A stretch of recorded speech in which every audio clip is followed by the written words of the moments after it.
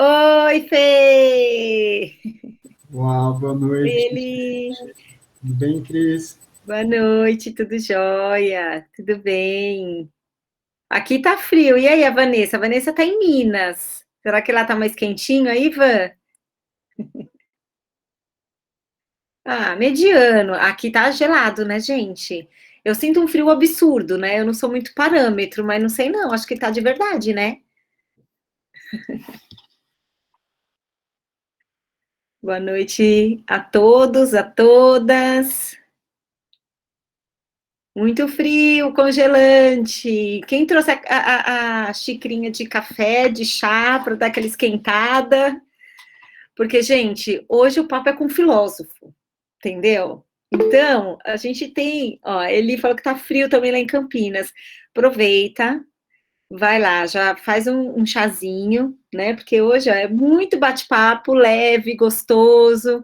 Então, só um chazinho mesmo para acompanhar. Fê, seja bem-vindo, que prazer te receber aqui. Você viu do bate-papo ali no Insta, uma interação rápida. Ai, quero, já quero. Estou bem feliz aqui com o convite, Cris. E foi isso mesmo, né? Numa conversa ali rápida no Instagram, já surgiu essa oportunidade de estar com vocês aqui para falar um pouquinho sobre educação. Ótimo. Delícia. A gente nem gosta, né, de falar disso. Não. Então é sempre muito gostoso. Quem está participando aqui a primeira vez, manda um primeira vez, um eu, levanta a mão, faz qualquer negócio aqui para a gente só identificar que é a primeira vez que você está aqui. Ó, o Luiz é a primeira vez, seja bem-vindo. A Júlia Faria, a primeira vez. Prazer, a Maria Figueiredo. Sejam bem-vindos, bem-vindas. Oi, Edna. Tem as carinhas aqui que a gente vai, né? Já. Boa noite. Boa noite. Sempre muito bom. Esse encontro acontece toda quarta-feira, toda semana a gente senta aqui para bater um papo, para refletir sobre essas questões, né? Sobre educação tão simples, né? Fazer educação. Então, haja bate-papo, haja reflexão, porque gestor não tem tempo de pensar no dia a dia, a gente está sempre na correria, apagando incêndio e correndo com uma temática outra que acontece. Então, acho que esses momentos são extremamente importantes para a gente parar, respirar, né? Resgatar o nosso porquê, por que a gente está aqui, quais são os nossos objetivos que a gente não pode deixar para trás, e na correria do dia a dia, muitas vezes a gente deixa. Então, esse é um espaço de reflexão, de troca, de compartilhar ideias. Então, sejam todos muito bem-vindos. Quem está aqui a primeira vez, quem participa sempre aqui com a gente, é sempre muito gostoso. E a gente sempre fala o quê? De inovação, de metodologia ativa, de ensino híbrido, daquilo que é mais atual, que está acontecendo, o que está fervendo, o que está acontecendo aí na área educacional, para que a gente se mantenha ativos, atualizados, né? Para que a gente possa fazer as melhores escolhas, conscientes e otimizar, fazer um trabalho cada vez melhor. A gente aqui do Viva tem esse compromisso muito grande com a educação e de trazer esses espaços de reflexão, seja com os professores, com os gestores, nas formações de professores que a gente faz toda semana, um material didático que é extremamente reflexivo para o aluno também. E aí, né, toda essa cadência, vai lá da gestão, passa pelo corpo docente, chega nos alunos e vamos tornar a nossa sociedade mais reflexiva e mais pensativa. E aí, né, falando disso, nenhum convidado seria mais bem colocado como um filósofo. Fê, adorei você estar aqui com a gente, muito obrigada por ter aceitado o convite, seja bem-vindo. E eu não posso falar de você, né, porque é muita coisa. Então, eu quero que você se apresente, que você conte um pouquinho do seu lugar de fala, de onde você vem, por que você está aqui hoje. E a fala é sua aí, pode assumir. Obrigado aí pela abertura, Cris. Eu vou ser bem breve, né? Eu acho que a Cris lá, o filósofo. Então, minha formação inicial é em filosofia, mas eu sou um filósofo que gosta de pensar educação, né? Então, foi a pós-graduação foi na área de educação, currículo, em nível de mestrado, e agora cursando o doutorado. E aí, minha atuação, né, começa como professor, depois se estende à formação de professores, à formação de técnicos da secretaria, em nível estadual, e hoje eu atuo especificamente nesse apoio técnico, né, de implementação e desenvolvimento de ações curriculares em alguns estados do Brasil, atuando no Itaú Educação e Trabalho, né, que é uma superintendência que pertence à Fundação Itaú para Educação e Cultura. E tem aí como um foco pensar aí uma juventude mais digna, de modo a articular a educação e trabalho. Então, acho que é um pouco meu lugar de fala, de modo bem resumido. Bem resumido, né? Bem resumido. Ô, Fê, o seu áudio tá com tipo um grilinho de fundo, assim, um barulhinho. Um grilinho de fundo. Quando você fala, só fica um... Para mim, pelo menos, tá assim, fica um tico, tico, tico, tico. Vou colocar o fone e talvez melhore. Tá.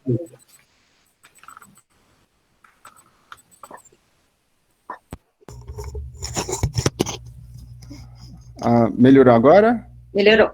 Perfeito. Ótimo. Agora, o som, tudo tá limpinho, tá ótimo. E aí, a gente tá aqui, então, hoje, né, para falar um pouco de tudo entra em currículo. Há umas 2 semanas, não, semana passada, a temática aqui foi currículo inovador. A gente falou um pouco sobre todas essas frentes, né, que falam de currículo, o que é o currículo está nas paredes da escola, né, está em tudo. E falando em aprendizagem por projetos, educação por projetos, também não poderia ser diferente, né. Então, vou começar aqui trazendo uma fala sobre Freinet. Não sei quantas pessoas aqui conhecem Freinet. Quem conhece, coloca um conheço, sim, já trabalhei, né? Que experiência que já teve dentro da pedagogia Freinet.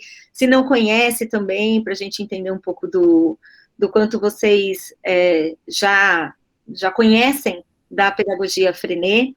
Mas Freinet, eu gosto muito, né, minha inspiração para o Viva, minha inspiração para o colégio. Eu também sou gestora, sou mantenedora, sou diretora de colégio, então,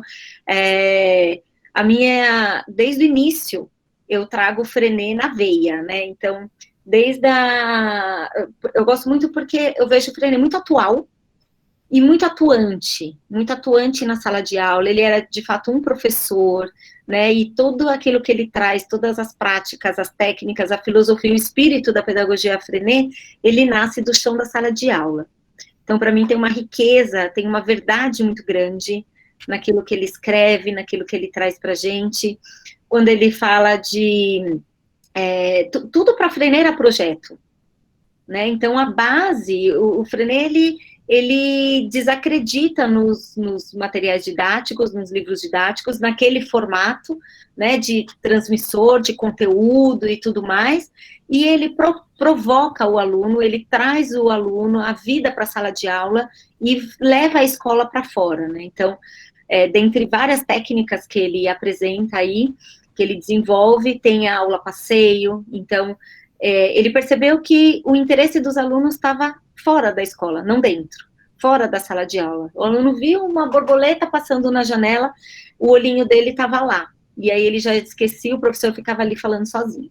Então, uma das primeiras técnicas que ele traz, depois de ter ido para a Primeira Guerra Mundial também, e ter tido um problema pulmonar, né, ele sofreu um ataque, enfim, e voltou com problema pulmonar, e aí ele ficava agoniado também de ficar na sala de aula, e ele começou a praticar a educação fora da sala de aula. E aí ele começou a ver a riqueza que tinha ali fora, os alunos contando para ele e para os amigos, né, o que estava vendo, o que tinha visto no caminho, no trajeto de casa até a escola, aquilo que realmente fazia sentido. Porque o que os alunos queriam saber mesmo por que tira leite da vaca? né? Como é que produz o leite na vaca? Por que o tempo é daquele jeito? Por que o mato cresce daquele jeito, né? Ele estava na área rural ali na França, no interior da França, então eles tinham nos escritos dele, ele traz muito essa referência, né, com a questão rural e tudo mais.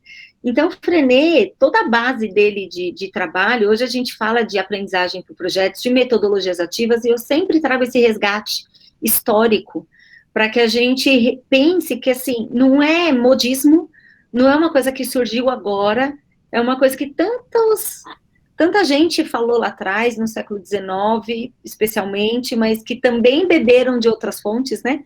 Quem fala disso é lá no século XIX. E Frenet traz o jornal, a imprensa na sala de aula, o jornal de parede, a aula passeio, que é essa, por exemplo, para sair. Então, a cada descoberta ali virava um projeto, um grande motivo de pesquisa. Essa aprendizagem investigativa, de ir atrás, né, de ser significativo para o aluno, e o quanto tudo isso tem a ver com os dias atuais, com aquilo que a gente está ouvindo hoje como necessário para trabalhar em educação, né, Fê? Não, com certeza, né? Acho que o Frenet, ele traz essa compreensão da importância da experiência vivida, né, que pode ser transposta por um conhecimento sistematizado, né, e como essa experiência vivida, ela também mobiliza outros conhecimentos, mobiliza a curiosidade, e aí se coloca uma janela de oportunidade para o professor, né, explorar ali as potencialidades desse aluno, explorar ali várias áreas do conhecimento, na dimensão desse trabalho por projetos. Então, como você bem disse, Cris, hoje em dia se fala muito, né, em educação por projetos, metodologias ativas e tudo mais, mas calma, isso não é de agora, né? Então, até mesmo se a gente for fazer um passeio um pouco pela história, né, dessa discussão, já lá na década de 20 começa a se pensar nisso, né, muito fundamentado nos escritos do Dewey, que valoriza a experiência, né, como fonte de conhecimento, e aí começa a se pensar um modelo de projeto, de modo que, olha, a partir de algumas etapas e a realização de algumas etapas, de modo progressivo, pode-se adquirir aprendizagens. Então, a lógica do desenvolvimento de trabalho por projetos, nesse período, seguia um pouco essa ordenação. E mesmo inspirado em Dewey criticava, né, porque, só ter um projeto com uma determinada ordenação, desvinculado das aprendizagens esperadas do currículo, né, é meio questionável. E, além disso, como se coloca aí a questão da mediação, orientação do professor, ou até mesmo do sistema de avaliação e a interação pedagógica, né, entre os docentes no momento do planejamento de uma ação como essa. Então, na década de 20, embora se comece a falar um pouco sobre essa pedagogia ou metodologia por projetos, ainda existiam algumas lacunas ali, né, que fomentavam ainda discussões sobre a potência desse ensino. Né? Então, década de 20, aí depois, década de 60, isso volta com mais força ainda, especialmente com experiências no âmbito do ensino na área médica, né? Na área da ciência da natureza, né? Que por meio da resolução de problemas reais, né, se adquiriam aprendizagens. Então, tinha aquela transposição teoria prática, efetiva, a consolidação de conceitos por meio de um fazer. Então, nasce dali, né, essa perspectiva de que a educação baseada na resolução de problemas é uma metodologia interessante de ensino, né, e de aprendizado, melhor dizendo, né. E peraí, isso na década de 60, mas peraí, ainda tem uma discussão anterior dos projetos, tem aí essa discussão nova da educação baseada na resolução de problemas, como que isso se unifica também, né? E aí, na década de 80, nessa efervescência, e aí, antes disso, e no meio de tudo isso, Frenet, né, com a sua reflexão compondo aí, a gente começa a entender um pouco essa dimensão e essa potência da educação por projetos no âmbito mais de perceber que esse tipo de ação pedagógica, ela possibilita novas formas de desenvolvimento cognitivo do estudante, né? Pode correlacionar também ali a essa aprendizagem a indução de novas tecnologias no seu processo de aprendizagem e a importância também do estudante olhar para o seu contexto, olhar para o seu contexto vivido, né? E a partir dali estabelecer essa relação teoria e prática e obviamente, possibilita também, dentro dessa lógica, interação maior dos estudantes entre si.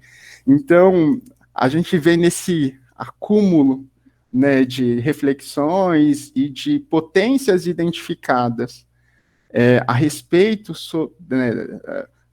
da educação por projetos, que aí a gente tem hoje aí uma bibliografia vasta em relação a isso, mas que hoje é fortemente marcada essa discussão, especialmente por conta das metodologias ativas, por conta da BNCC, que traz isso fortemente, né? Então, tem muita gente... A gente tem que discutir muito. E aí, Cris, você tem aí um berço, né, de experiências nesse sentido, né? Com certeza. Muito gostoso, muito legal. E eu acho que o que fica, o que está por trás de tudo isso, e o maior incentivo é justamente a motivação e o engajamento do aluno.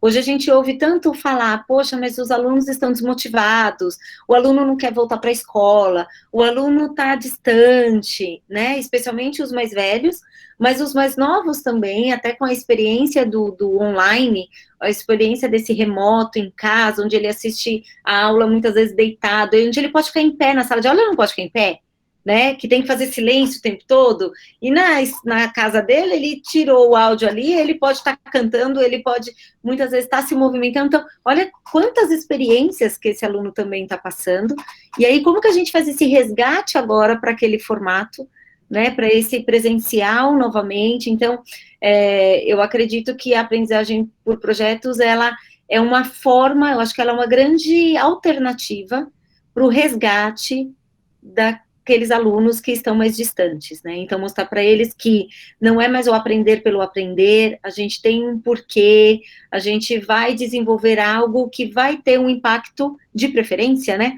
Que tem um impacto na sociedade, no meio ambiente, que tenha na comunidade escolar, enfim, tem tantas formas da gente articular, e aí entender que o conteúdo, ele não pode ser o fim, né? Mas o meio da educação, o meio do processo.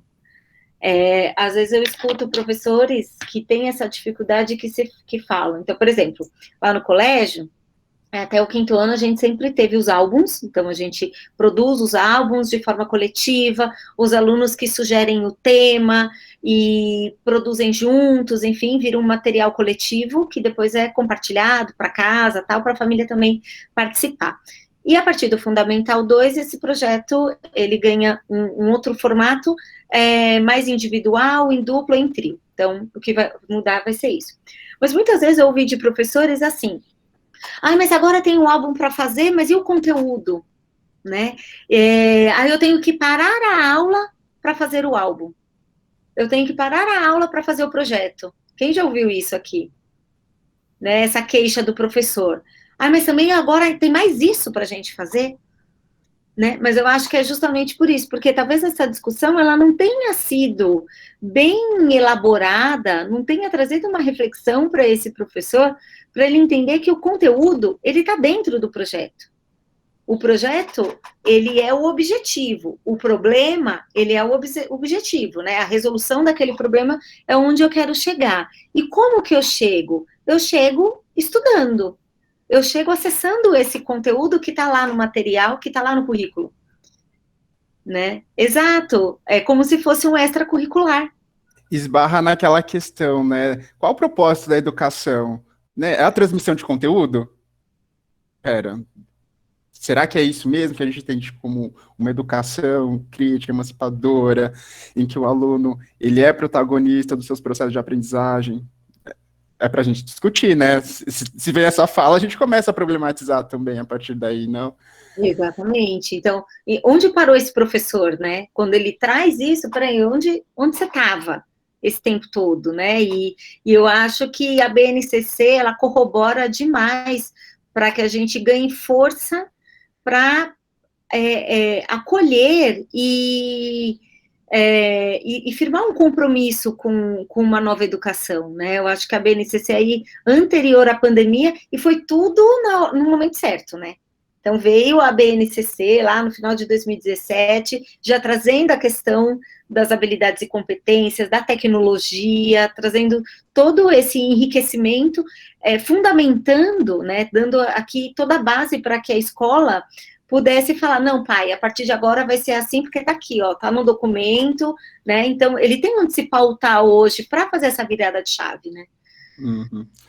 E a BNCC, ela traz justamente esse desafio, né, como esse professor, ele repensa a sua prática de sala de aula de modo descentralizado do conteúdo em si, porque a BNCC, ela prevê o quê? Desenvolvimento de competências e habilidades, né, então, a partir daí, já se pressupõe que o professor mude a sua prática, que ele vire a chave nesse sentido, né, e aí eu acho que nesse sentido, olhando para a BNCC como um todo, né, acho que muitos de vocês atuam na educação infantil ou no ensino fundamental, mas a BNCC também, seguindo essa mesma premissa do desenvolvimento de competências e habilidades, se estende ao médio, né, então existe ali olhando para a formação integral desse estudante, um consenso nesse percurso da formação básica, né, que é o desenvolvimento de competências e habilidades. E como que se desenvolve essas competências e habilidades?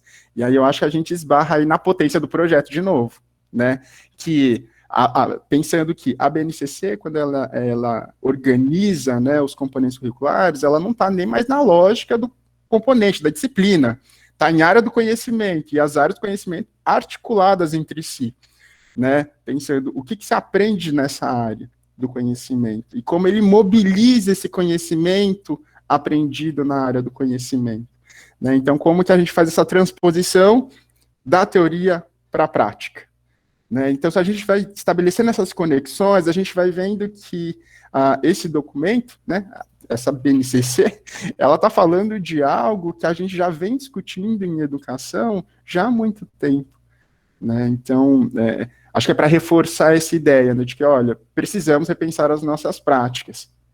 Porque... Sim, e é esse empurrão que o professor também precisava, porque você vê, lá no 4º ano, hoje a gente estava até discutindo sobre isso, o pessoal do pedagógico, e fazendo toda a parte de curadoria lá do Viva Digital, da plataforma, de trazer vídeos, trazer um enriquecimento pedagógico justamente para potencializar essa aprendizagem, para trazer tecnologia, para trazer diversos olhares, né, então, dentro do Viva a gente não tem um texto sobre um determinado assunto, a gente tem vários textos, várias músicas, várias referências, né, vídeos, reportagens e tudo mais, para quê? Para enriquecer essa discussão, esse diálogo, né, e para que os alunos consigam fazer essa conexão. Então, nesse bate-papo que a gente estava hoje, as meninas estão lá trabalhando no 4º ano, e estavam falando sobre solo, por exemplo, sobre agricultura e tudo mais, que aparecem em história, geografia e ciências. É justamente essa articulação que você falou, né? Então, a BNCC, ela já traz essa articulação, porque justamente a ideia não é mais trabalhar segmentado por disciplinas. A gente consegue hoje romper com aquela matriz curricular, aquela grade curricular de aulas de 50 minutos, quebradinhos, professores especialistas para todos os lados e tal, justamente porque a própria base, ela nos traz a oportunidade de conectar de uma forma mais gostosa até, né? Então, se eu estou falando de agricultura, eu vou falar de agricultura a partir da visão de história, de geografia e de ciências. Então, eu vou falar do solo, por exemplo, do adubo, como chama aquele... Ai, gente... Da composteira, eu posso produzir uma composteira. Historicamente, o que acontece com a agricultura, né? O quanto ela foi importante para o desenvolvimento do país e das sociedades como um todo. E por aí vai, né? Aí vai longe. Olha só, como um assunto já virou novela aqui. Sim, e é engraçado, né, Cris, porque assim, quando o professor muitas vezes desvaloriza, né, a qualidade de um projeto, muitas vezes me parece que é porque ele tem dificuldade de identificar etapas no desenvolvimento desse projeto que são passíveis de avaliação e acompanhamento. É um grande nó, né? Então, pegando esse mesmo exemplo que você trouxe, né? Tem um determinado tema. Se a partir desse tema, esse estudante, esse aluno, ele tem uma experiência de compreensão de contexto, como que é esse tema aqui, como que é esse tema aqui, como é esse tema no mundo, né? Então, assim, abre para ele um grande repertório, né, de conhecimento, no que diz respeito ao contexto, que são passíveis de avaliação, porque ele vai precisar de instrumentos ou ferramentas para adquirir esse conhecimento, né? Então, claro, com a mediação do professor, né? E depois, eu acho que, depois de compreender o contexto, né, como é que ele aprofunda na investigação sobre esse tema, né? Olha, eu quero entender mais sobre esse tema, então eu vou começar a fazer alguns recortes. Como que faz esse recorte? Se não por meio de uma mediação ou intervenção qualificada do professor. Nossa, então a gente tem ali mais um outro momento em que é possível o professor fazer tanto o acompanhamento como uma avaliação, né? E também, eu acho que dentro da lógica da dimensão da educação por projetos, pensando a relação teoria e prática, desenvolvimento de competências e fazer com que esse conhecimento seja aplicado em si e faça sentido para o estudante, ele se aproprie desse conhecimento, essa lógica dessa identificação de um problema e a resolução do problema, nossa, é uma outra dimensão que abre espaço para muitas aprendizagens e também é bem passível de acompanhamento e avaliação, porque ele vai ter que identificar um problema, vai precisar aprofundar no entendimento sobre esse problema para pensar numa solução frente a esse problema. E esse problema vai surgir como? Dentro de um processo de investigação, dentro de um processo de, não só de identificação, mas também de despertar de interesse dele por um determinado problema, né?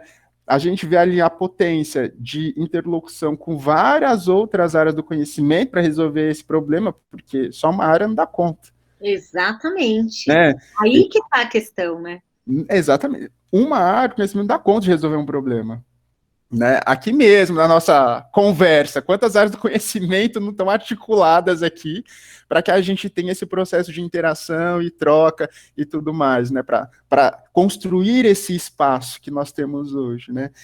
E além dessas etapas mais que a gente pode entender como de compreensão de contexto, de experiência investigativa, de resolução de problema, tem também um outro processo que é muito importante, que é a comunicação disso, né? Porque hoje em dia, né, é fundamental saber se comunicar e se comunicar em inúmeras linguagens, né? Então, assim, eu acho que é muito importante a gente pensar o quanto um projeto, né, ele dá margem para o desenvolvimento de competências e a articulação de saberes, né? Eu acho que é fundamental. E se a gente para um pouco para pensar num projeto, na estrutura do projeto, a gente consegue identificar também ali os elementos passíveis de acompanhamento e avaliação, e significa para o professor, para o estudante, né, para o aluno, o que ele está vivendo. Não é só um projeto, não, está aprendendo fazendo.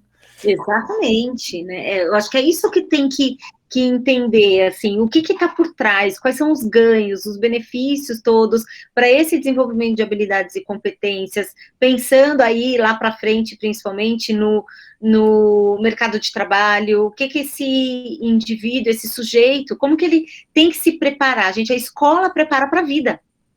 A gente vê isso em tantos sites, em tantos projetos pedagógicos de escolas. Só que como que isso está se aplicando na prática, né? Então, eu ainda vejo um discurso muito descolado da prática, das ações, e o que a gente traz aqui justamente é essa reflexão para que a gente faça uma retomada, porque no papel a gente refletiu para escrever aquilo, né? Então, é uma coisa mais elaborada, pensada, tal. Agora, quando chega na prática, a gente sabe que muitas vezes tem uma lacuna aí, né? Uma dificuldade de trazer essas interações, até porque ele já não depende só de nós, a gente já tem toda a percepção do professor, como que ele vai fazer isso, como ele vai colocar em prática, então já vai ali para um outro nível. A Nina colocou até aqui, né? Mas a matriz do Funde 2 Médio ainda é segmentada demais, dificulta o trabalho em projetos, inclusive pela carga horária dos professores em variadas escolas. Você que tem aí toda... Eu posso comentar? Claro. Então, justamente agora, né, com essas mudanças educacionais que a gente está tendo, com a Lei 13.415, que prevê uma mudança na LDB e uma reformulação do novo ensino médio, né, então traz ali, né, enquanto diretriz para o novo ensino médio, uma arquitetura curricular composta, então, de 1.800 horas voltadas para a formação geral, os componentes curriculares da formação geral, e 1.200 horas para itinerários formativos, né? Na BNCC, né, vale lembrar que esse documento, essa lei, também se referencia à BNCC como um outro documento norteador para a arquitetura e currículo a ser ofertado em nível médio, né, falando um pouquinho do médio especificamente agora, mas também entendendo que isso se assemelha, em certa medida, ao ensino fundamental em termos de estrutura, no que diz respeito à articulação de saberes. No nível do ensino médio, com os itinerários formativos, nessas 1.200 horas, a gente tem itinerários formativos que são áreas de aprofundamento da formação geral. Então, tem o itinerário de matemática e suas tecnologias, linguagem e suas tecnologias, ciências da natureza e suas tecnologias, ciências humanas e sociais aplicadas, e de formação técnica profissional. Então, são 5 itinerários formativos que pressupõem, então, o aprofundamento nos saberes e conhecimentos da formação geral, né? Esses itinerários formativos, eles podem ser ofertados como disciplinas, projetos, núcleos de estudos, entre outros, né? Então, no novo ensino médio, ele tem uma arquitetura curricular bem flexível, incluindo aí projetos de vida, eletivas e outros. Então, só olhando um pouco para os itinerários formativos das áreas, ele já tem uma cara de educação por projetos, porque esse componente curricular ele é estruturado na dimensão de projeto. E aí, eu até estava conversando com a Cris, né? Vamos falar sobre educação por projetos, mas vamos chamar a atenção para uma coisa, que é fundamental, acho que aqui, a gente pensar, pegando a fala da Cris, a gente está formando para quê, para onde? Mesmo que você atue na educação infantil ou no fundamental, esse estudante vai chegar no médio. E ele vai se deparar também com uma dinâmica de aprendizado de ensino por projetos. Ele vai saber fazer isso? Qual é a minha responsabilidade, né, com a formação desse estudante que vai chegar no ensino fundamental 2 e vai chegar no médio e vai fazer um Enem, porque a gente está passando por um processo hoje de discussão sobre o Enem, justamente de modo que ele contemple a BNCC. Então, se a BNCC ela traz essas premissas, se a Lei 13.415 traz essas premissas, o ensino médio, a formação do ensino médio tem que estar adequada à avaliação Enem. Então, eu acho que faz a gente pensar um pouco nos desdobramentos da nossa ação, no nosso trabalho, no nosso ciclo, e como que a gente está preparando esse estudante para os demais e fora deles, né? Que a gente está pensando ele também fora da escola, né? Ele protagonista, ele atuante, né? E consciente das suas escolhas, né? Então, eu acho que é bem isso. Eu entendo a sua questão, professora, mas nesse sentido, o ensino médio, ele está sendo reformulado, a gente está ainda passando por esse processo de arquitetura, mudança curricular e adequação a essas novas diretrizes, mas está prevista os itinerários formativos como algo presente aí na oferta de todo o ensino médio em nível nacional, né, que tem essa característica. Perfeito, e até um pouco daquilo que a gente comentou, né, que muitas vezes a educação infantil, ela é por projetos, porque não tem avaliação, não tem aquela cobrança da família, não tem necessariamente alfabetização e tudo mais, e aí o professor, ele tem mais liberdade para discorrer, para passear por diversas temáticas e trabalhar por projetos. Aí a gente chega no Fundi 1, no Fundi 2, pior ainda, né? Então, no Fundi 1 ainda, com a professora polivalente, ainda consegue fazer algumas articulações. No Fundamental 2, isso fica mais difícil, e aí volta-se agora, né, pensando que a gente já iniciou no colégio, mas o deadline é 2022, 2021, né? 2022 já tem que estar em itinerário. Exatamente, isso. Exatamente. Então, Essa é a previsão.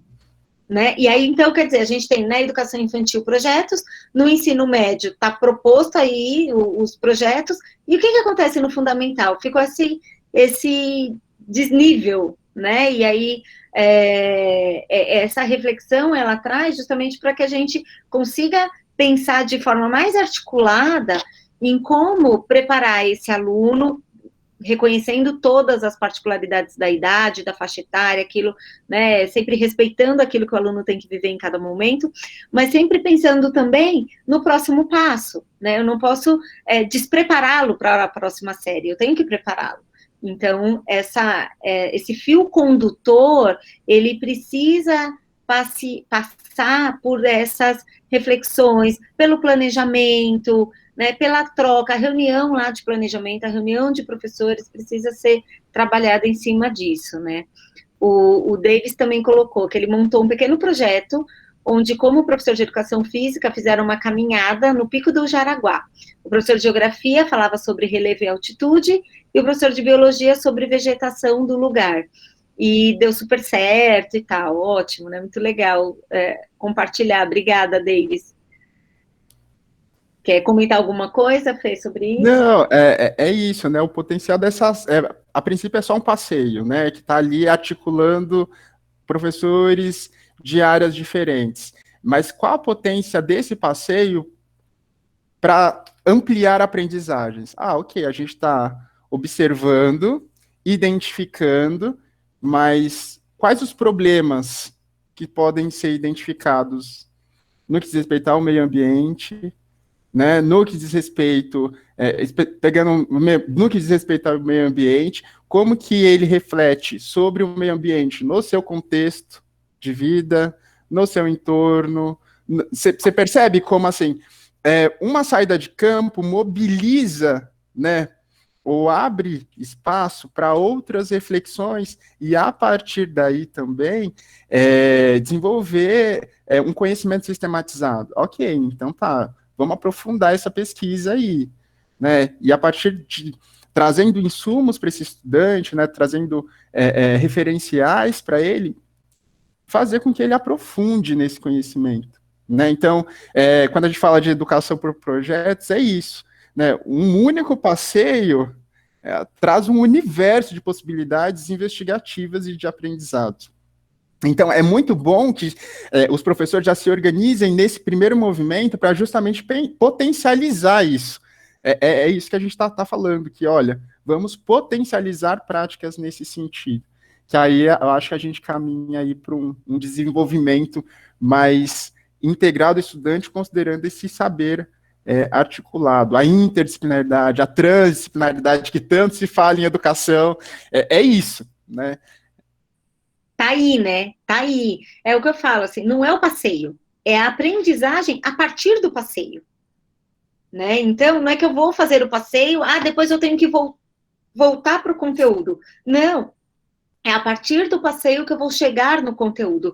Na verdade, a gente só muda o caminho. O conteúdo vai estar lá e ele vai ser trabalhado.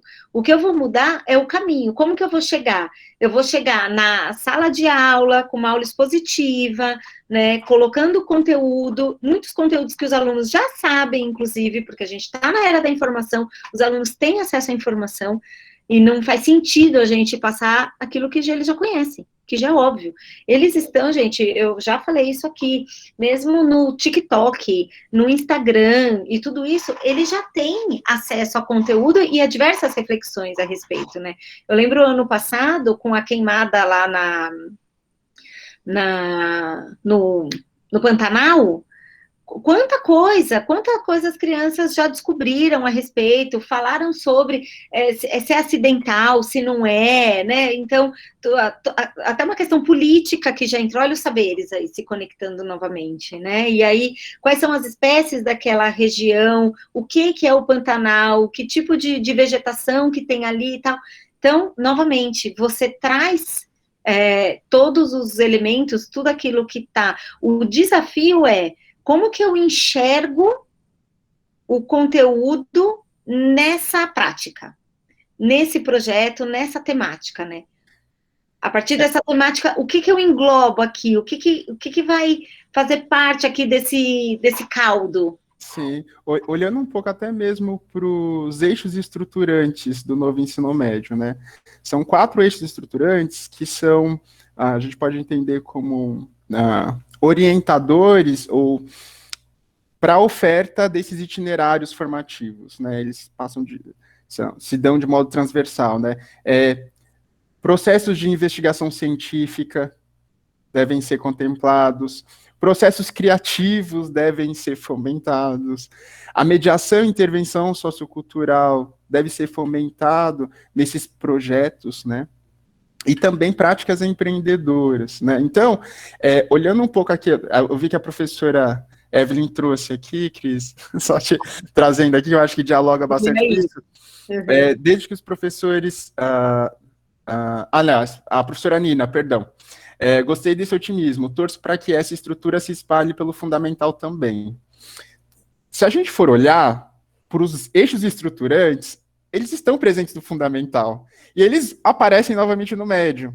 Talvez não com essa mesma nomenclatura, mas eles aparecem, porque diz lá sobre processos de investigação, sobre processos de criação, sobre intervenções e também sobre práticas que o direcionam a fazer escolhas no âmbito de práticas empreendedoras. Então, isso já aparece ali no fundamental. E isso é reforçado no médio. E isso é presente nos itinerários formativos, nos 4 que têm esse objetivo de aprofundamento nas áreas do conhecimento.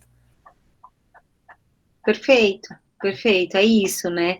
E a gente encontra a fundamentação teórica, né, como nós trouxemos aqui Dewey, Freinet e tantos outros que vêm reforçando essa observação. Na neurociência, quando eu resgato saberes, quando eu trago novamente aquilo, tanto que eu já sei, quanto o que se conecta. Então, estou falando de um assunto e eu vejo aquele assunto em vários lugares, em várias falas, né, em vários conteúdos diferentes, e aí acontecem as sinapses e o reforço dessa lembrança, dessa memória, vai lá para a memória de longo prazo. Então, assim, tem muita base, tem muita justificativa para a gente poder fazer essa transição. Eu acho que nunca a gente vai ter, assim, a resposta mágica, né? Esse é o melhor formato e é assim que se chega lá, né? Quem conseguir isso está rico. Mas eu acho que são reflexões mesmo, e quando a Nina coloca aqui, né? Eu espero que isso, gostei desse otimismo e tal, é uma coisa que a gente fala bastante também, que, Nina, é mudança de cultura. Mudança cultural, ela não acontece do dia para a noite, né? A gente precisa ter muito bate-papo aqui, a gente precisa refletir muito, ler, e vai criando essa consciência, vai entendendo as possibilidades. Tem coisa que um autor vai falar e que você vai falar, nossa, nada a ver, eu não vou por esse caminho, não concordo, e tá tudo bem também, né? E aí vai ter um outro autor que você vai, poxa, me identifiquei, vai ver, pesquisar estudos de caso, né? Escolas, algumas referências que podem mostrar também essa caminhada, né? Alternativas aí para você desenhar. E trazer, gente, muita informação de professores, trazer essas reflexões, porque a gente, além de da gente ganhar um gás novo, né, um otimismo novo também e tudo mais, a gente traz para uma reflexão que ela vai ser paulatinamente refletida na hora do planejamento, né? Então, nada vai ser rápido. Eu entendo que às vezes a gente até se sente frustrado e, poxa, mas como que eu vou fazer? Mas e se eu perder aluno? E se o pai não entender isso? Né? A gente, na escola particular, a gente tem N questões aí que precisam ser avaliadas. E aí, trazer os pais também para essa reflexão, mostrar para o pai o benefício que o aluno vai ter nessa mudança, né? E fazer um planejamento. Então, onde eu estou agora, onde eu quero chegar, e como que eu projeto o desenvolvimento dessa mudança, porque é uma mudança muito estrutural. A gente está falando do coração da escola, né? Que é o pedagógico, é o mais forte, é o que pulsa. Então, realmente, precisa ter um planejamento. No meu livro, eu trago a importância, né, quando a gente fala de inovação, de pensar em currículo inovador e qualquer mudança na escola, eu acho que ela tem que ter um compromisso, uma responsabilidade feita através de um planejamento, né, para que você coloque aí. Nada em educação é a curto prazo, né, a gente sabe, a não ser a festa junina, que acabou a festa junina, agora já entra Dia dos Pais e a gente está correndo de novo, o restante é tudo a médio e longo prazo. Então, a primeira coisa é lidar com essa ansiedade, com as frustrações que vão acontecer nessa jornada, né? Então, o nosso compromisso é justamente de apoiar as escolas que querem ingressar no movimento de inovação escolar, né, de inovação curricular, e que justamente precisam desse suporte, seja com a família, com os alunos, porque a gente sabe que precisa de apoio, a gente precisa de mais gente falando a mesma língua. Porque senão você se fragiliza, né? Você fala, não, gente, eu tô louca, não é possível, né? Só eu tô indo por esse lado, tá todo mundo dizendo o contrário, mas hoje a gente tem aí muitos documentos e muita teoria que aportam a nossa prática. Eu acho que dá total condição da gente começar de forma gradativa a ir mudando. Coloca um período ali de projeto e vai estendendo, né? Eu acho que hoje ainda se tem um grau, uma prioridade muito grande para o conteúdo e os projetos, a parte de habilidades e competências, esse olhar para habilidades e competências ainda num grau menor, né, de importância. E eu acho que isso tem que ser sempre reforçado com a família, mostrado para os alunos e tudo mais, para os professores também, para que a gente consiga, em algum momento, equilibrar e, num segundo momento, ir mudando, né? Mudar esse grau de prioridade de cada aspecto aí. Sim. Cris, só para a gente ter um revezamento de voz, eu queria muito, se possível, que a professora Evelyn lesse aqui o que ela trouxe, a professora Patrícia. Legal, vamos. Escutar um pouquinho a voz dos participantes. Não sei se elas estão aqui na sala, estão, certo? Então, a Evelyn tá... Eu não sei se ela está em aula.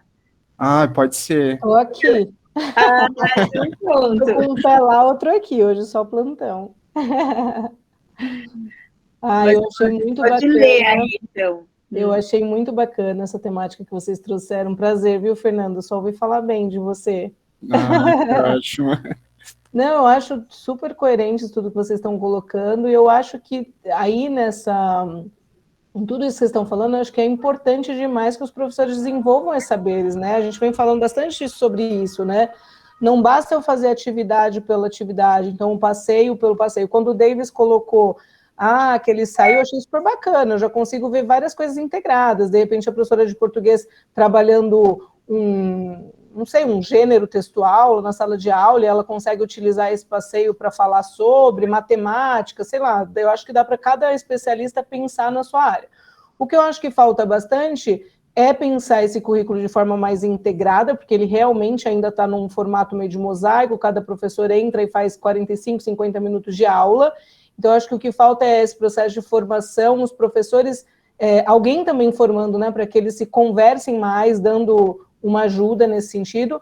E eu acho que essa parte da atividade não ficar vazia, né, de sentido, como a gente fala bastante, é essa questão do professor desenvolver esse saber, ele refletir sobre a própria prática, ele pensar como é que ele vai gerar, então, essa reflexão como você estava falando, né? Quanto que tudo isso afeta no cotidiano da criança? E aí, que perguntas, que direcionamento que eu vou dar para minha atividade? Será que é só chegar lá fora e fazer o passeio e olhar o que eles já estão cansados de ver, porque eles conhecem o mundo, eles passeiam, eles participam das coisas, então é muito mais do que isso, né? Então, desenvolver saber que perguntas eu vou fazer durante esse percurso, o que realmente será importante eu perguntar para que meu aluno reflita, para que gere consciência, e aí, como eu coloquei, consequentemente, a autonomia. Então, acho que está numa questão de desenvolvimento de competências mesmo do professor também, né?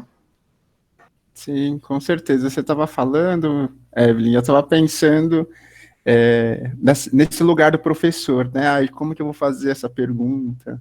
Né? Ai, como é que eu mudo a minha prática? E aí eu voltei agora no tempo, quando eu entrei em sala de aula, né? Que eu comecei a lecionar na rede estadual, né? Como professor de filosofia, eventual. Então, eu tinha ali 50 minutos para desenvolver alguma atividade ali com os alunos. E foi um momento que eu pude me repensar como professor.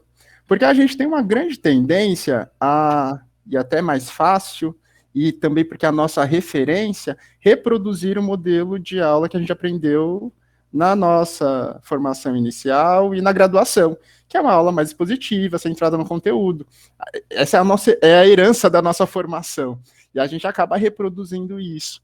Então, fazer com que o professor repense a sua prática é essencial. É essencial. Por que eu estou dizendo isso? Porque eu fui forçado a repensar a minha prática dentro desse contexto, que eu tinha 50 minutos em que os alunos eles queriam ir embora, ter aula vaga, eu era uma pessoa não grata ali naquele espaço, e eu estava começando a minha carreira, estava reproduzindo aquele modelo de ensino que eu vi na universidade, que é praticamente ler um texto filosófico, e eu vi que aquilo não funcionava, não tinha sentido, estava descontextualizado. Só que eu, como professor especialista da área, queria ensinar aquilo que eu aprendi, né? E queria que fizesse sentido para eles, que eles quisessem estar ali. Então, foi um grande exercício de repensar a minha prática como professor de filosofia e sair desse modelo que me era referencial, né? Então, acho que é muito disso, assim. O professor, muitas vezes, precisa ser provocado, acho que além da formação, né? Para ele ter esses novos referenciais, ele precisa ser provocado e estimulado a, de fato, ir fazer. E pode ser que não dê certo, mas ele foi, tentou, viu que não deu certo, o que eu faço novamente para aprimorar? Que eu acho que é isso. A gente não pode responsabilizar o professor, porque ele também está num processo de aprendizado também. O professor está aprendendo, reaprendendo a fazer, por assim dizer. Então, a gente não pode falar assim, olha, de hoje para amanhã você tem que mudar. Isso é antiquado.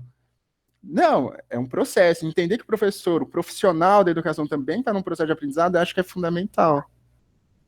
Perfeito. Acho super... e é um respeito, né? Inclusive, a essa pessoa professor e a esse profissional professor também. Eu acho que tem que ser, além da formação, esse olhar humano, ajudar o professor nesse novo olhar que ele vai construir. Então, eu também tenho que desenvolver o meu, eu como gestor, eu como orientador, mediador desse... Porque o professor é o mediador da sala de aula, e eu sou o mediador dos professores, né? Então, olha como é complexo, mas é possível, né? Então, e aí tem todas essas fundamentações para mostrar que realmente é possível fazer. A Patrícia colocou também, acho que seria legal ouvir a Patrícia agora, se ela ainda estiver aí. Patrícia está por aí, colocou aqui sobre a questão do passeio, da excursão, que ela atua com projetos de turismo, achei super legal isso. Estou aqui sim, boa noite. Boa noite, seja bem-vinda. Conta um pouquinho para a gente aí, então, sua experiência. Bom, boa noite. Falar rapidamente, eu sou bióloga de formação e durante quase 10 anos eu atuei como monitora de viagens pedagógicas e nesse mesmo período eu trabalhei durante 2 anos dentro de uma agência de turismo, ecoturismo, no modo geral, e tinha uma linha, uma equipe, né, que trabalhava especificamente com viagens pedagógicas.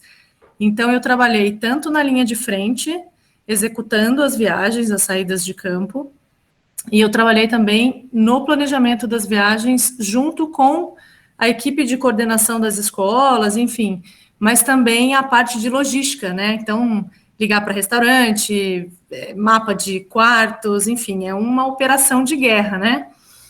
Mas é assim, olha, eu tive a experiência de levar alunos para Santos, por exemplo, fazer um trabalho multidisciplinar, e existe todo um preparatório que as escolas fazem de meses antes da saída, né, para trabalhar com as famílias, trabalhar com a coordenação, com os professores, e trabalhar isso dentro da sala de aula para instituir esse novo olhar para a saída de trabalho, né, uma saída de trabalho. Então, é uma saída de estudo, tem que ter um caderno de campo, caderno grosso de campo, né, não é uma apostila de 2, 3 páginas. Então, assim, precisa ter toda uma conscientização em grupo, né, de todos os atores envolvidos, para que o trabalho aconteça de uma forma bem executada, né, que traga bons frutos.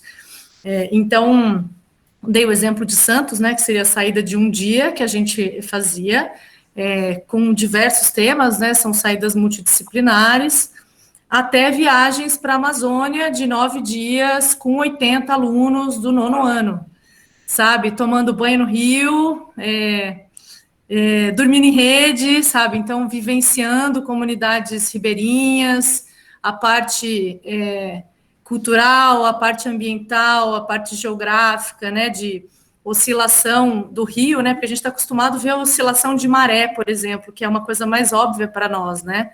Que estamos aqui na região sudeste, mas essa oscilação das cheias e época de secas da região amazônica é algo que só você vivenciando para você entender, né? E aí você visualiza todo um contexto social, econômico, enfim. As viagens, elas sempre têm um feedback absurdamente positivo de um grande número de alunos, né? Assim, a gente, ao longo da viagem, ou ao final da viagem, a gente recebe umas pílulas de estímulo, né? Assim, de que, poxa, a viagem foi incrível, isso eu nunca vou esquecer. E, na verdade, esses alunos, né, que têm a oportunidade de aprender dessa maneira, e que isso seja sempre uma inspiração para que seja ampliado para toda a rede de ensino, né, assim, que seja para o ensino municipal, para o ensino estadual, não só um privilégio de escolas particulares, mas que a gente possa proporcionar isso de uma forma territorial, mais local, né, por que não fazer atividades pontuais de um dia, de meio período, mas que isso seja todo mês ou a cada bimestre, né, dentro de desenvolver um projeto com várias saídas, né, tendo várias etapas de aprendizado. Então, assim, para mim eu acho que é o único caminho, né, que eu vejo como um sucesso para a gente ter uma mudança de postura do ser humano mesmo, né, mudar a forma de ensinar, né. É isso.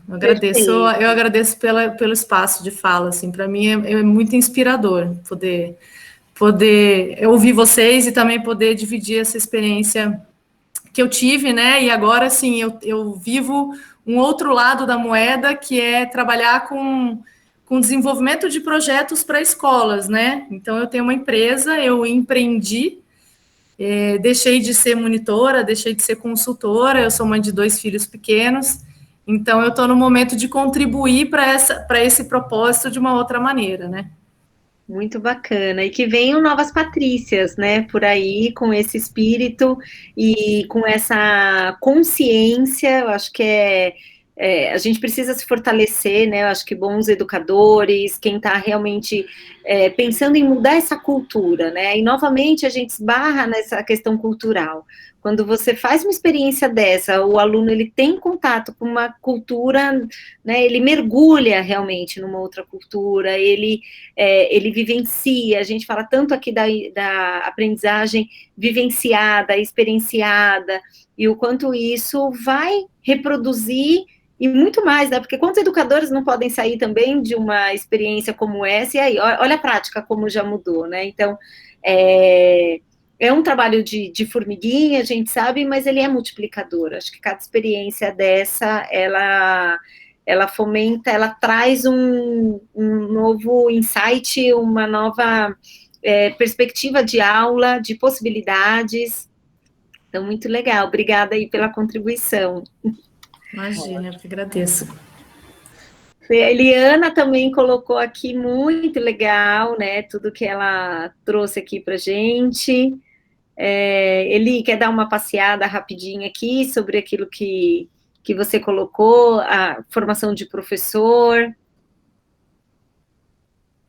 A Eliana também tem uma experiência bem bacana, né? Bem profunda aí na educação.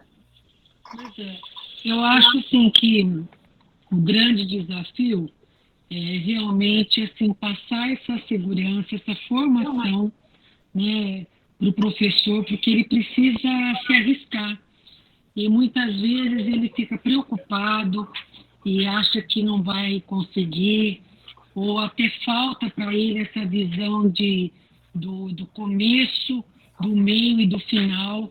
Então, acho que isso que o deixa muitas vezes travado e não se permite arriscar, né? Correr o risco de errar e reavaliar a rota e fazer de outra forma numa próxima vez. Mas eu acho que esse é o caminho. Eu acho que tem que ser por aí mesmo a educação, e só faz sentido sendo assim, né? Que é o que a gente vê por aí.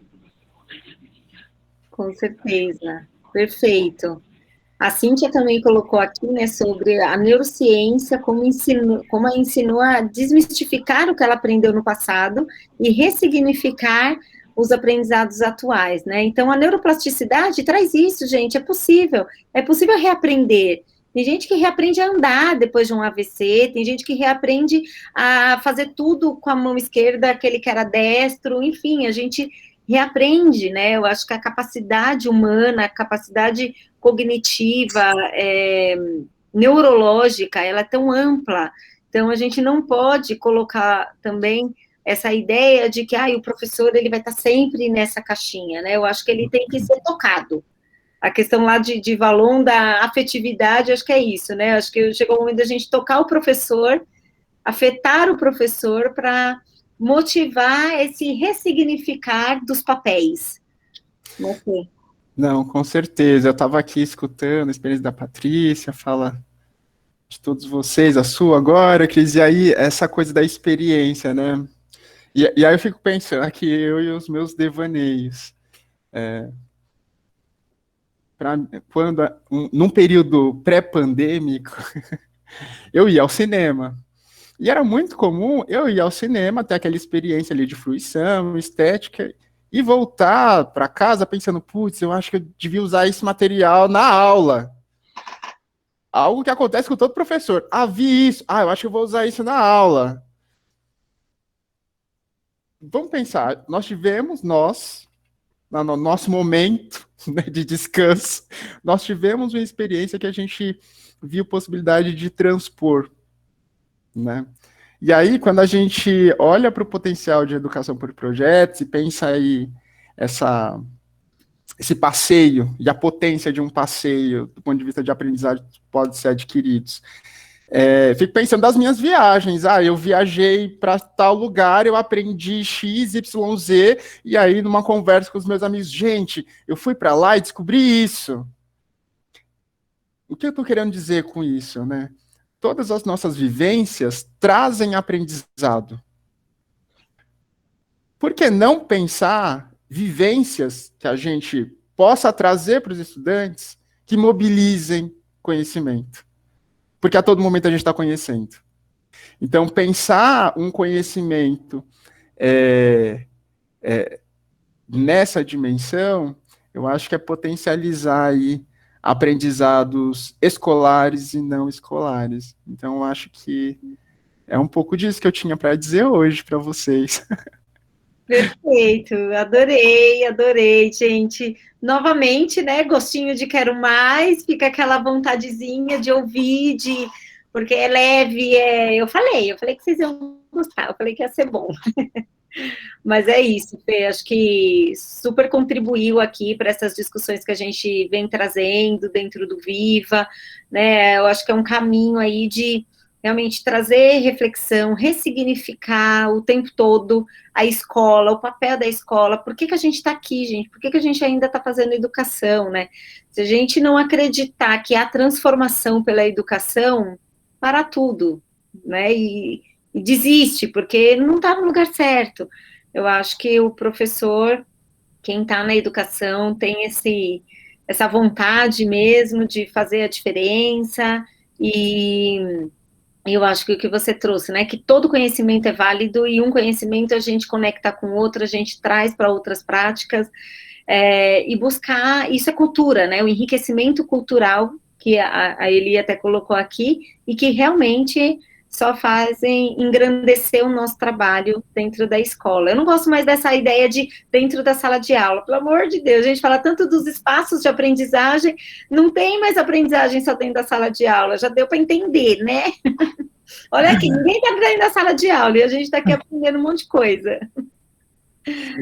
Ó, lá na Piu Piu também eles trabalham por projetos, é um trabalho sensacional também, lá na educação infantil, e é isso, né, acho que a mensagem hoje era mostrar, gente, é possível, a gente tem base referenciada aí, a gente tem muita teoria para embasar a nossa caminhada, é super possível, em todos os níveis, e parar de romper, né, de tratar a educação como blocos. Eu acho que a BNCC justamente traz essa nova visão de uma educação básica integrada, de olhar esse aluno de ponta a ponta, né, toda a experiência desse aluno, e a gente está aqui só para evoluir. Então, obrigada por todas as reflexões, sabia que ia ser ótimo, fiz bastante propaganda de você.